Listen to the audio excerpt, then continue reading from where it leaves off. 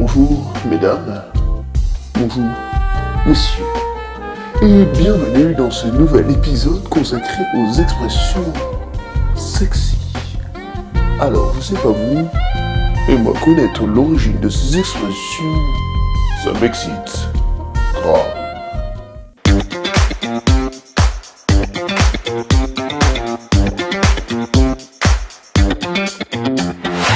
Avoir vu le loup.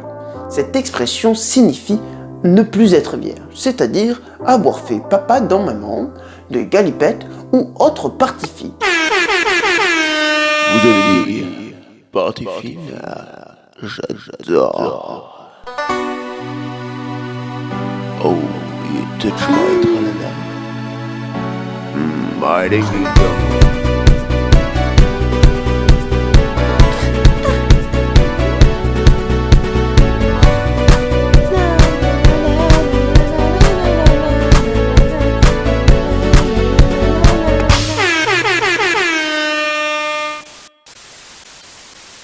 À l'origine, cette expression nous vient de la chasse au loup.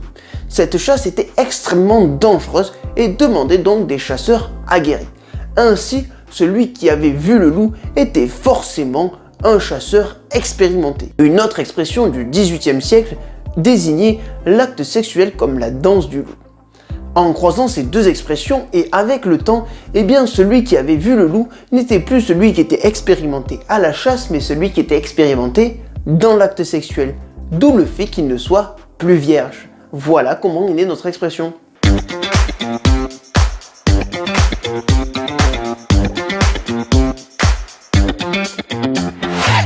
Prendre son pied. Voilà une expression assez étrange.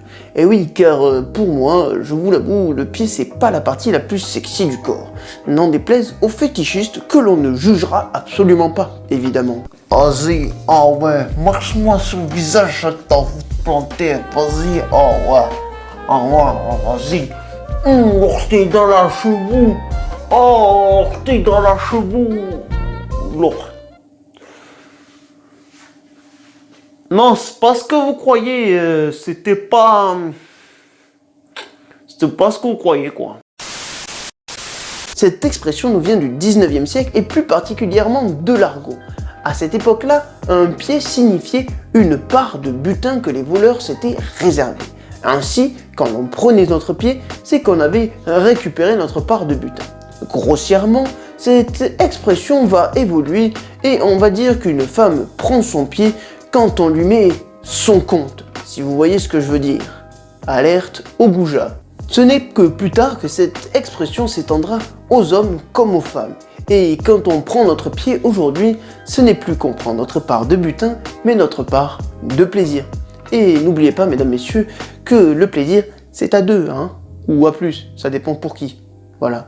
Et puis peut-être avec le pied, du coup, pour... Bref.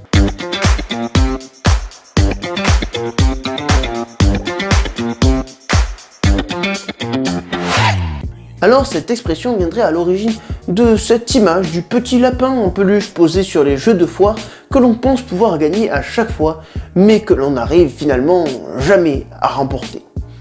Cette image-là va donner par métaphore l'idée que c'est un paiement qu'on doit recevoir, mais que l'on finit par ne jamais récupérer.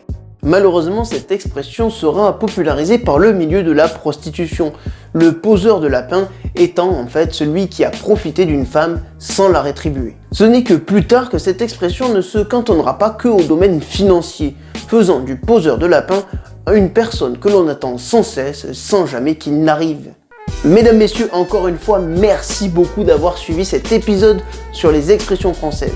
J'espère qu'il vous a plu. Si c'est le cas, n'hésitez pas à me mettre un petit pouce bleu et un commentaire juste en dessous de la vidéo. Sachez que la prochaine va pas tarder à arriver. Je vous dis ciao, bye bye, au prochain épisode. Salut poto, c'est DJ Didier, je t'invite pour la nouvelle soirée, la partie fine de la Pergo. Ce sera jeudi en 8, 21h, rendez-vous avec un maximum de zouz, et de potos mon gars, on t'attend nombreux et nombreux. Et on va faire chauffer la piste, avec DJ Didier. Allez salut, jeudi en 8, à la Pergo, bisous potos, ciao.